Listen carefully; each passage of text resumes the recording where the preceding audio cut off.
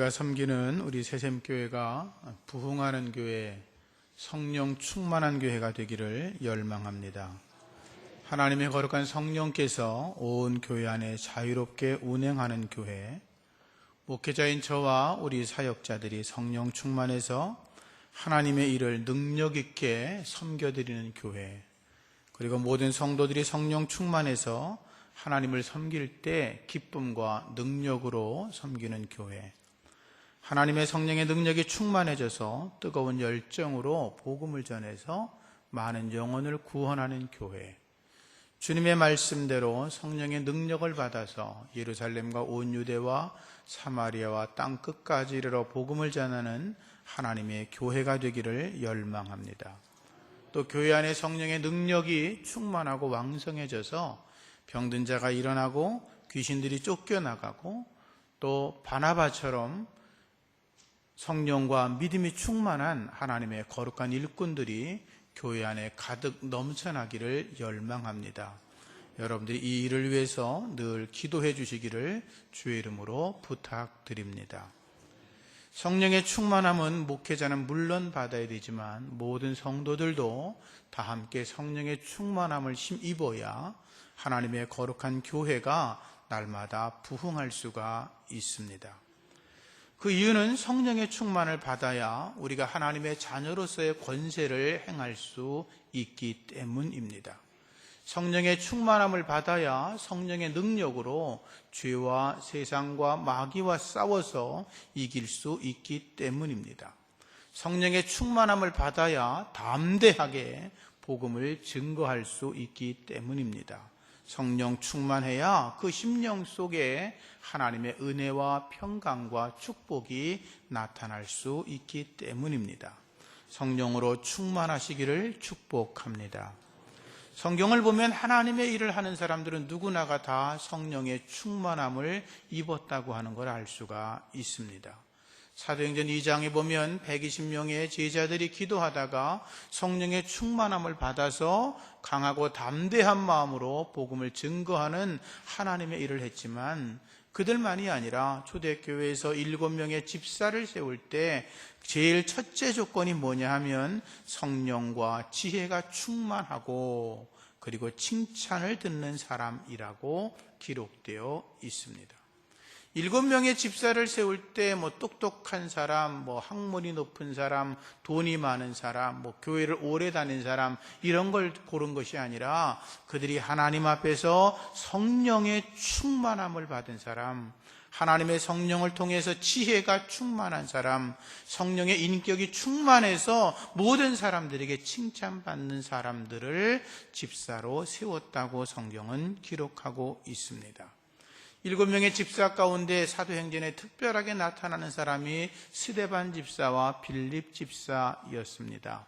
스데반 집사는 복음을 증거하다가 돌에 맞아 순교했습니다. 그러나 순교할 때 그의 얼굴이 성령이 충만해서 그의 얼굴이 마치 천사와 같았다고 성경은 기록하고 있습니다. 어떤 고난을 당해도 그의 심령에 하나님의 은혜가 임해서 성령 충만한 여러분 되시기를 축복합니다. 빌립 집사는 성령의 능력을 받아서 주의 권세를 행했습니다. 병든 자들에게 손을 얹으면 병든 자들이 일어났습니다.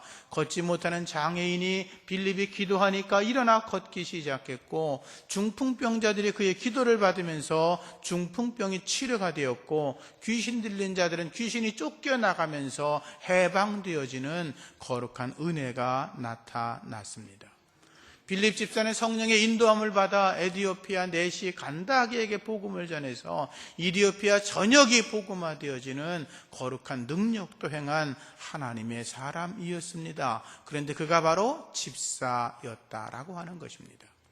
바나바는 7 집사의 명단에 빠져 있었지만 그는 본래 착한 사람이요 성령과 믿음이 충만한 사람이었고 안디옥 교회가 부흥하고 있을 때 그것을 찾아가서 그 교회가 더 부흥되어지고 무려 5만 명이나 바나바를 통해서 예수를 믿는 거룩한 기적이 일어났다고 성경학자들은 이야기를 하고 있습니다. 성령과 믿음이 충만한 사람, 바로 그런 사람들이 이 시대에 필요한 줄로 믿습니다. 예배당을 크게 짓는 것도 중요하지만, 많은 사람들이 교회에 몰려오는 것도 중요하지만, 더 본질적인 것은 목회자들이, 그리고 모든 성도들이 하나님의 성령으로 충만해진다면 그 교회는 작지만 강하고, 그리고 작지만 능력 있고, 작지만 성령의 폭발적인 능력을 통해서 온 세상을 변화시킬 만한 위대한 일들이 성령 충만한 사람들을 통해서 반드시 일어날 줄로 믿습니다. 사랑하는 성도님들, 성령 충만을 간구하시기를 다시 한번 주의 이름으로 부탁을 드립니다. 오늘부터 제가 몇 주간 동안 성령 충만 받는 비결 몇 가지를 말씀을 드리려고 합니다. 첫 번째, 성령 충만을 받으려면 회개할 수 있어야 합니다. 회개하는 거 중요합니다.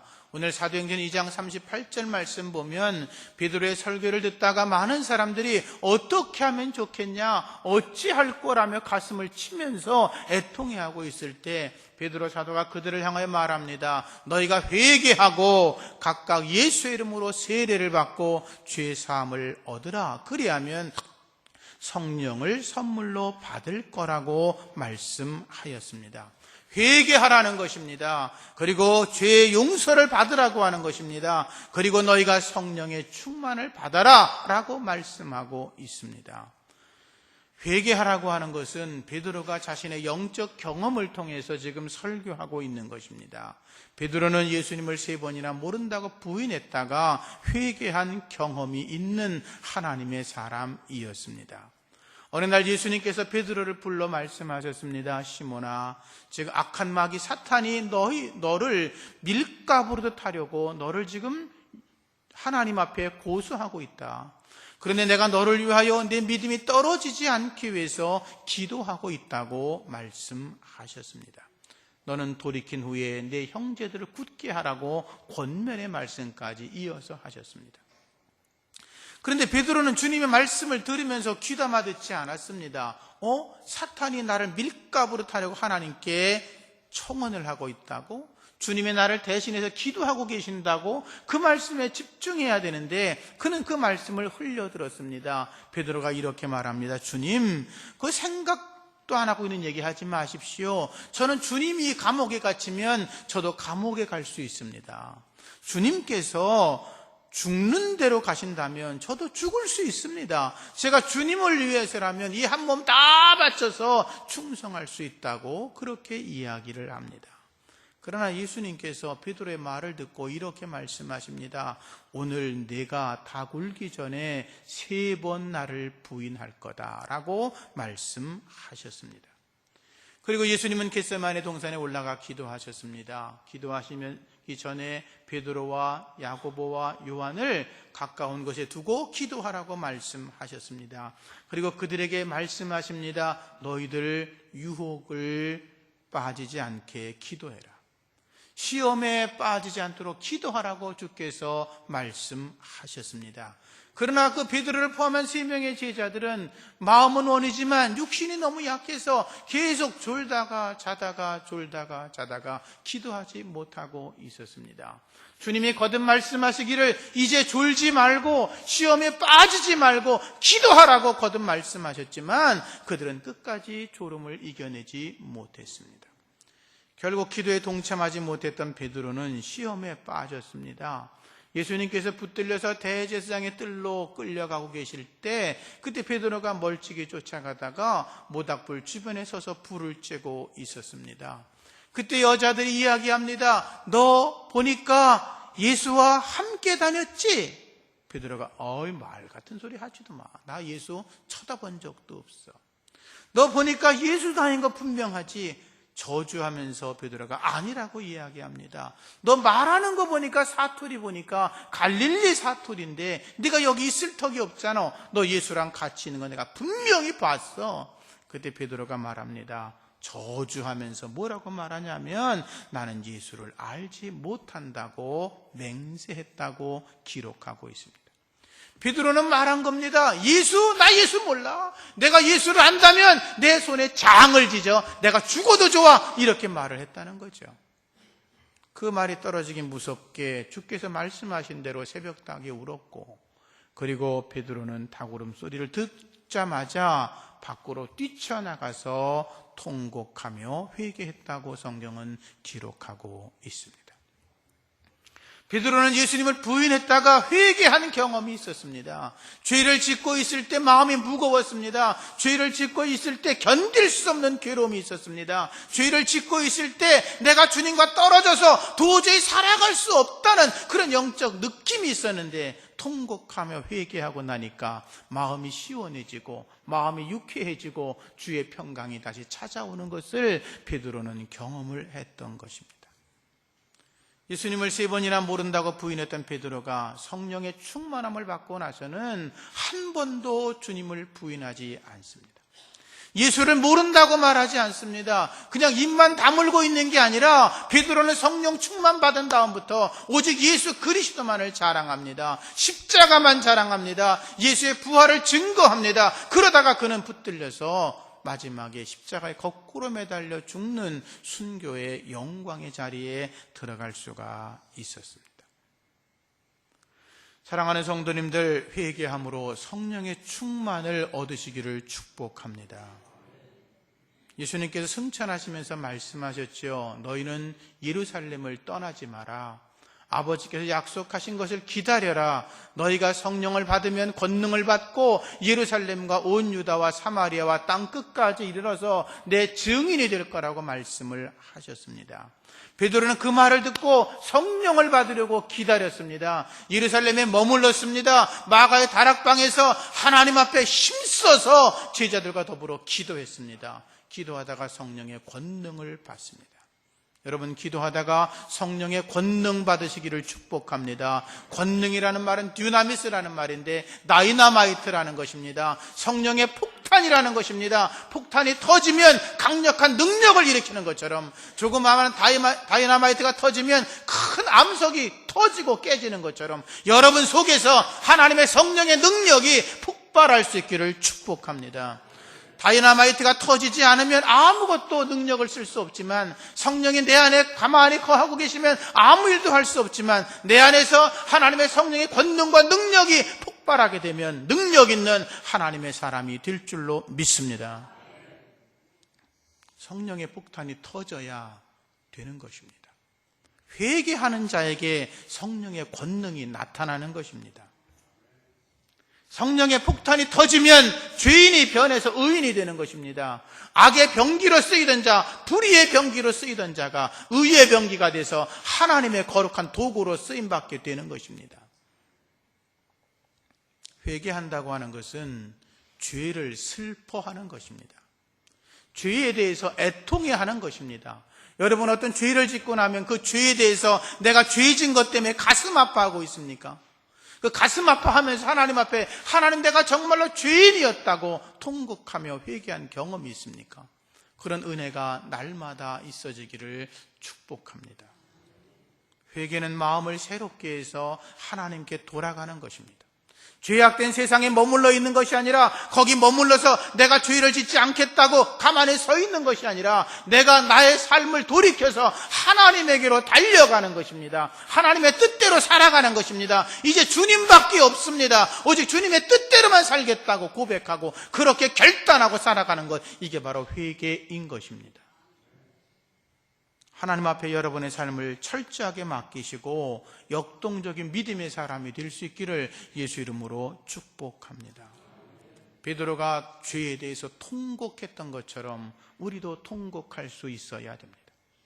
사도 바울이 나는 죄인입니다, 나는 죄인 중에 괴수였습니다 고백하는 것처럼 우리도 내가 죄인입니다 라고 고백할 수 있어야 되는 것입니다.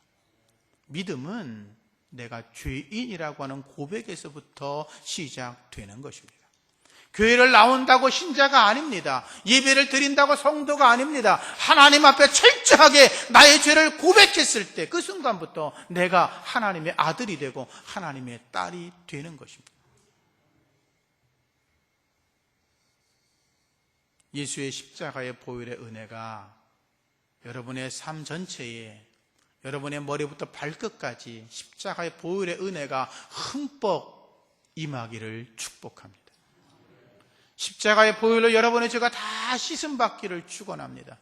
악한 모든 세력들이 십자가의 보혈의 크신 은혜로 다 태워지기를 주의 이름으로 축원합니다. 죄가 없는 사람은 아무도 없습니다. 그런데 중요한 것은 죄가 있으면 하나님의 나라를 소유할 수가 없다는 것입니다. 중요한 것은 죄가 있으면 하나님의 자녀인 것 같지만 그는 마귀의 자녀로 살아갈 수밖에 없다는 것입니다. 여러분, 죄가 있으면 하나님의 축복을 받을 수 있을 것 같지만 죄가 있으면 하나님의 축복을 누릴 수가 없습니다. 우리가 교회 나오면 경건의 모양이 있는 것 같지만 죄가 있으면 경건의 능력이 그에게 나타나지 않는다는 것입니다. 목사가 아무리 목사직은 거룩하지만 목사가 죄 가운데 있으면 경건의 능력이 없는 것입니다. 목사가 그렇게 되면 그를 따르는 모든 성도들은 지옥이 가까운 것입니다. 여러분들이 죄악으로 가득 찬 삶을 그대로 살아가면 여러분의 자녀들은 여전히 지옥으로 따라갈 수밖에 없는 것입니다. 그래서 하나님의 종들이, 여러분들이 죄와 상관없는 하나님의 사람이 될 때 우리의 삶이 하나님 보시기에 아름다워 거룩해지고 교회가 회복되어지고 한국교회도 살아나게 될 줄로 믿습니다. 죄에서 떠나야 되는 것입니다. 회개해야 되는 것입니다. 입술로만이 아니라 내 삶으로 하나님 앞에 회개한 자의 모습으로 살아가야 그들을 통해서 하나님이 기뻐하시고 그들을 통해서 놀라운 일들을 이루어 가시는 것입니다. 주께서 우리의 죄를 용서하실 것입니다. 흰눈처럼 양털처럼 깨끗게 하실 것입니다. 동이 서에서 먼 것처럼 우리 죄를 옮겨 놓으실 것입니다. 우리 죄를 도말하여 깨끗이 지워버리실 겁니다. 하나님이 여러분의 죄를 하나도 기억하지 아니하실 겁니다. 회개하는 자에게 말입니다. 그래서 베드로가 말하는 것입니다. 너희가 회개하여 예수의 이름으로 세례를 받고 죄 사함을 얻으라. 그리하면 성령을 선물로 받을 것이다. 우리가 하나님 앞에서 회개하고 성령이 충만해지면 우리 인생이 바뀝니다. 목표 없이 살아가던 사람이 목표가 생기고요. 목적 없는 사람이 목적이 생기고요. 그리고 속사람이 강건해지고요. 하나님 안에서 새로운 가치관을 가지고 살아가게 되는 것입니다. 성령 충만해지면 무엇이든지 참되고 무엇이든지 경건하고 무엇이든지 옳고 무엇이든지 정결하고 무엇이든지 사랑받을 만하고 무슨 일을 해도 칭찬받을 만한 하나님의 사람으로 바뀌는 것입니다. 이 은혜가 여러분의 것 되기를 축원합니다. 성령 충만을 받으면 내 안에서 더러운 것들은 사라져버리고 성령의 열매가 맺힙니다. 사랑과 희락과 화평, 인내, 자비, 양선, 충성, 온유, 절제 열매가 우리 안에 맺혀지는 것입니다. 그 사랑의 법은 어느 것도 우리를 감당할 수가 없다고 말했어요. 성령의 충만을 받으면 하나님의 성품이 내 안에 새겨지기 시작합니다. 믿음의 덕을, 덕의 지식을, 지식의 절제를, 절제의 인내를, 인내의 경건을, 경건의 형제 우애를, 그 위에 사랑을 더하는 하나님의 성품이 우리 안에 자리 잡히게 되는 것입니다. 그래야 그들 때문에 하나님의 나라가 확장되고 그들 때문에 그 주변 사람들이 예수를 믿게 되고 바로 그러한 사람들이 바나바처럼 하나님의 놀라운 능력을 이루어내는 하나님의 사람이 되는 줄로 믿습니다. 여러분들이 그 주인공 되시기를 축원합니다. 한국교회 초기 역사 속에 평양에서 유명한 깡패였던 김익두라는 자가 있었습니다. 김익두는 평양에서 아주 주목이 제일 센 왕초였습니다. 성질도 아주 더러워서 김익두 옆에는 어느 누구도 나타나지를 않았다고 그럽니다. 시비를 걸지 않습니다. 덤비지 않습니다. 괜히 걸렸다간 아주 초죽음 나니까. 시장 바닥에 들어가는데 장사하는 사람들이 잘못해가지고 김익두한테 걸리면 그날 장사는 아주 망하는 것이었습니다. 그래서 김익두가 나타나면 사람들은 장사하다가 좌판도 들고 도망을 가고 골목길로 사람들이 도망가고 그 앞에 어느 누구도 나타나지 않았다고 그럽니다. 그런데 어느 날 김익두가 길을 지나가는데 사람들은 막 도망을 가는데 아주 이쁘장하게 생긴 이상한 여자 하나가 서가지고 그 삐죽한 여자가 전도지를 줍니다. 서양 선교사였는데 예수 믿으세요 라고 하면서 전도지를 줬습니다. 김익두가 보니까 웬 이상한 여자가 앞에 서가지고 허옇게 생긴 여자가 뭘 주는데 그 전도지를 받아가지고 딱 째려보다가 막 이러더니 코를 흥 풀고서 버렸습니다. 발로 막 짓밟아 버렸습니다. 그리고 흥방 치려고 그러다가 에휴 저거 그냥 한 주먹거리도 안 되는 거 내비두지. 그리고 갔습니다. 근데 이 서양 여자 선교사가 그 가만히 기분이 나빴어요. 누군지는 모르니까. 하룻강아지 범무서운지는 모른다고 김익두가 지나가는데 불렀어요. 여보세요. 김익두가 쳐다보니까 이렇게 말했습니다. 전도지로 코를 풀었으니 당신 코가 썩을 겁니다. 전도지로 코 풀었다고 무슨 코가 썩겠어요. 김익두가 화가 나가지고 집에 그냥 가버렸는데 이상한 일이 생겼습니다. 밤에 잠을 자려고 하는데 그 대낮에 그 여자가 한 말이 생각나는 거예요. 전도지로 코를 풀었으니 코가 썩을 겁니다. 그러니까 이상하게 손이 저절로 코에 가는 거예요. 이렇게. 이게 썩으면 어떡하나. 근데 밤새도록 잠을 못 자고 코를 만졌습니다. 여러분 밤새도록 코를 만져보십시오. 멀쩡하던 코도 썩지. 자꾸 만지니까 코가 딱딱해진 것 같기도 하고 허른 것 같기도 하고 썩는 것 같기도 하고 이게 잠을 이룰 수가 없었습니다. 더군다나 그 당시는 뭐 이렇게 예수 믿는 건 서양 귀신이 붙었다 그러니까 귀신이 와서 붙어가지고 이걸 다 썩게 만들면 어떡하나. 근심이 생겼습니다. 아침에 일어나서 이 김익두가 그 여자를 찾아갔습니다. 찾아가서 큰 소리로 화를 내며 싸웁니다. 야, 이랬겠죠. 내 코를 고쳐라! 그러니까 여자가 무슨 말이냐고 그랬더니 아니 어저께 내가 전도지로 코를 풀으면 코가 썩는다 그랬지. 이상하잖아. 당장 고쳐라. 밤새도록 만졌으니 얘가 이상해졌죠. 그러니까 여자가 이렇게 보니까 좀 거기서 하얀 가루를 이렇게 주면서 이거 바르면 없어질 거라고. 김익두가 정말 하얀 가루를 발랐더니 진짜 코가 멀쩡해진 거예요. 페니실린 가루였어요. 그러니까 김익두는 이렇게 생각한 거죠. 야, 신기하다. 어떻게 그 여자가 그렇게 대단하냐?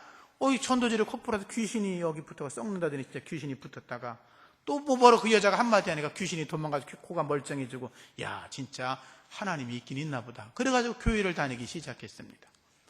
근데 교회를 다니니까 사람들이 소문이 났지요. 그런데 이 김익두가 교회를 다니면서 은혜를 받고 회개하고 성령의 사람이 되었습니다. 이제는 주먹질하지 않습니다. 깡패 노릇하지 않습니다. 좌판을 뒤엎지 않습니다. 사람들이 보니까 아니 김익두처럼만 예수를 믿고 저렇게 사람이 바뀐다면 나도 교회를 나가야 되겠다고, 내 아들과 딸도 교회를 보내야 되겠다고 교회가 점점 부흥되기 시작했습니다. 김익두 때문에. 나중에 김익두는 신학교를 가게 되었고 그리고 목사가 돼서 한국 초기 교회의 아주 위대한 부흥사로 하나님 앞에 온전히 자신을 드렸습니다. 여러분, 회개하면 깡패가 변해서 하나님의 사람이 됩니다. 마귀의 도구가 아니라 하나님의 도구가 되는 것입니다. 성령 충만하시고 회개하셔서 하나님의 사람으로 능력 있게 살아가시기를 축복합니다. 두 번째, 성령의 충만을 힘입으려면 죄에서 떠나야 됩니다. 죄에서 떠나라. 에스겔서 18장 20절 말씀 보면 범죄하는 그 영혼은 죽는다라고 기록하고 있습니다. 이어서 21절 말씀은 이렇게 되어 있습니다. 악인이 만일 그가 행한 모든 죄에서 돌이켜서 떠나, 죄에서 돌이켜 떠나 내 모든 율례를 지키고 정의와 공의를 행하면 반드시 살고 죽지 아니할 것이라 라고 기록하고 있습니다. 이 말씀의 본질은 뭐냐 하면 너희가 죄악 가운데 있으면 하나님의 은혜가 임하지 않을 거라는 겁니다. 너희가 죄악 가운데 있으면 멸망할 거라는 겁니다. 죄악 가운데 머물러 있으면 내가 택한 백성이라 할지라도 지옥불에 떨어질 거라는 겁니다. 그런데 너희가 회개하고 돌아오면 돌이켜서 다시는 죄를 짓지 않고 죄에서 떠나가면서 나를 위해 살아가면 내가 너희의 죄를 기억하지 않는다는 것입니다. 너희들에게 나의 은혜와 축복이 있을 거라고 주님이 말씀하고 계시는 것입니다. 그런데 이스라엘 백성들은 완악했습니다. 하나님의 음성을 들으면서도 선지자들이 그 말씀을 외쳤는데도 수많은 사람들은 하나님 말씀에 귀 기울이지 않았습니다. 그래서 하나님이 말씀을 보면 거듭거듭 외치는 겁니다. 죄에서 돌아서라, 죄에서 떠나라, 회개하고 내 앞에 온전히 서서 거룩해지라고 주께서 말씀하고 있는 것입니다. 예수님께서 세상에 계실 때 현장에서 간음하다가 잡힌 여자가 있었습니다. 바리새인들이, 서기관들이, 여러 사람들이 그 여자를 잡아가지고 끌고 옵니다. 예수님에게 내팽개치면서 말하죠. 예수님, 이 여자가 현장에서 간음하다 잡혔습니다. 모세 율법대로 하면 이 여자 돌로 쳐서 죽이라고 했는데 돌로 쳐서 죽일까요? 예수님이 땅바닥에다가 손으로 글씨를 쓰다가 일어서서 말씀하시죠. 너희 중에 죄 없는 자가 먼저 돌로 쳐라. 많은 사람들이 이 말씀을 이렇게 생각합니다. 죄를 자기가 졌어. 부끄러운 죄를 졌어요. 주변 사람들이 막 비난할 수 있죠. 욕할 수 있죠. 정죄할 수 있죠. 나쁘다 그러죠. 어떻게 그럴 수 있어? 그러면 죄진 사람이 이렇게 말합니다. 니들 중에 죄 없는 놈 있으면 나 돌로 쳐봐. 이건 그 말이 아닙니다. 주께서 하신 말씀하고 내가 하는 말은 다른 것입니다. 예수님께서는 이렇게 말씀한 겁니다. 너희들도 똑같은 죄인 아니냐. 너희가 정말로 죄가 없다면 이 여자를 정죄하지 말고 그만한 능력이 있으면 돌로 쳐봐라 말씀했지만 그들은 다 죄인이었기 때문에 정죄할 수가 없었습니다. 그들은 손에 들었던 돌을 내려놓고 다 뿔뿔이 흩어지고 도망갔습니다. 근데 그 다음 말씀이 정말로 중요합니다. 예수님께서 그 여자에게 묻습니다. 너를 정죄하던 자들이 다 어디 갔냐? 아무도 없습니다. 다 가버리고 없습니다. 그때 주께서 이렇게 말씀하셨습니다. 나도 너를 정죄하지 않겠다. 그 다음 말씀은 더 중요합니다. 가서 다시는 죄를 범하지 마라. 주님의 말씀의 골자는 내가 너를 정죄하지 않겠다. 모세 율법대로 하면 너는 돌에 맞아 죽는 게 분명하지만 네가 지금 회개하는 마음으로 거기에 엎드려 있으니 내가 너를 정죄하지 않겠다. 그런데 중요한 것은 가서 다시는 죄를 범하지 마라. 이렇게 말씀한 거예요. 우리가 죄 질 수 있어요. 잘못할 수 있어요. 저도 그럴 수 있어요. 회개했어요. 그러면 주님의 말씀은 뭐예요? 내가 너를 용서했다. 그런데 다시는 죄를 짓지 마라. 이게 주님의 말씀이에요. 죄와 싸워 쓰러지는 자가 아니라, 세상과 싸워 넘어지는 자가 아니라, 마귀 앞에서 벌벌 떠는 자가 아니라 내가 다시는 죄를 짓지 말고 성령의 충만함으로 죄를 이겨내라는 거예요. 말씀의 능력으로 살아가라는 거예요. 죄와 세상과 마귀와 싸워 이기는 여러분 되시기를 축복합니다. 죄에서 떠나야 되는 거예요. 죄와 상관없는 자가 되어야 되는 거예요. 많은 사람들이 죄를 짓지 말라고 하는 주님의 말씀의 명령을 무시합니다. 자기 생각, 자기 판단이 옳다고 생각합니다. 그럴 수 있죠. 저도 사람인데 어떻게 그럽니까? 그런 건 목사님도 못하는 걸 제가 어떡합니까? 가진 핑계를 대시는데 그러다 보면 양심의 화인을 맞습니다. 그러다 보면 성령의 은혜를 거스르는 자가 되는 것입니다. 성령의 은혜를 거스르면 회개할 기회를 잃어버리고 회개할 기회를 잃어버리면 그의 영혼이 죽는 것입니다. 성경을 자세히 읽어보면요, 가룟 유다가 예수님을 팔아넘기잖아요. 어떤 사람은 그 일들을 하나님이 책임이라고 어리석은 말을 하는 사람도 있는데, 가룟 유다가 예수님 팔기 전에 그는 7번이나 회개할 기회가 있었습니다. 회개하지 않습니다. 사도행전에 보면 아나니와 삽비라가 하나님 앞에 자기 땅값 파는 것 일부를 교회에 드렸다가 베드로에게 책망과 저주를 받고 죽는 사건이 나옵니다. 그때 베드로가 성령의 감동을 받아서 말합니다. 아나니아야, 어찌하여 악한 마귀가 네 마음속에 가득하냐?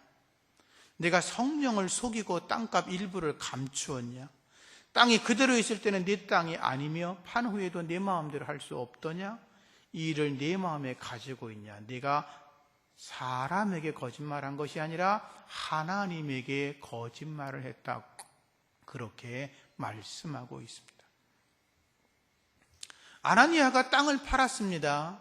바나바가 땅을 팔아서 사람들에게 칭찬받으니까 자기도 할 수 있다고 생각을 했습니다. 땅을 팔았는데 팔고 나서 다 드리면 그만인데 생각이 바뀌었습니다. 아이고, 아까워 죽겠네.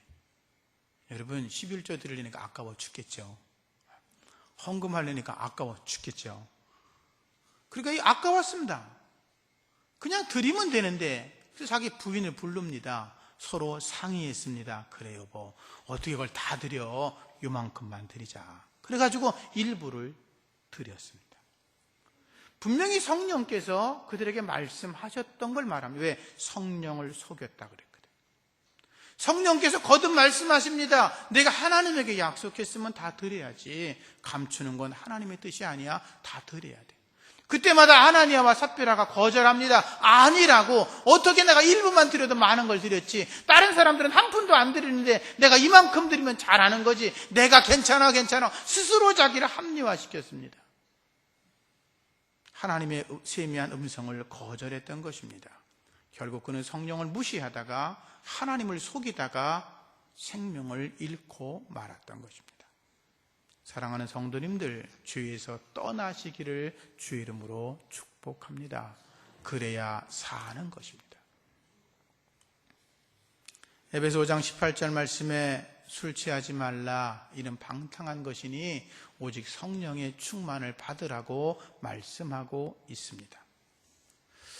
사람들이요, 아주 머리가 좋아가지고 그러더라고요. 목사님, 성경에 뭐 술 먹지 말라 그랬어요? 취하지 말라 그랬죠. 그래서 제가 조금 먹었는데 뭐 어때요? 마음대로 살으세요. 저랑은 생각이 다르니까. 술 취하지 말라 이 말은요, 술 먹고서 취하지 마라 그 말이 아니에요.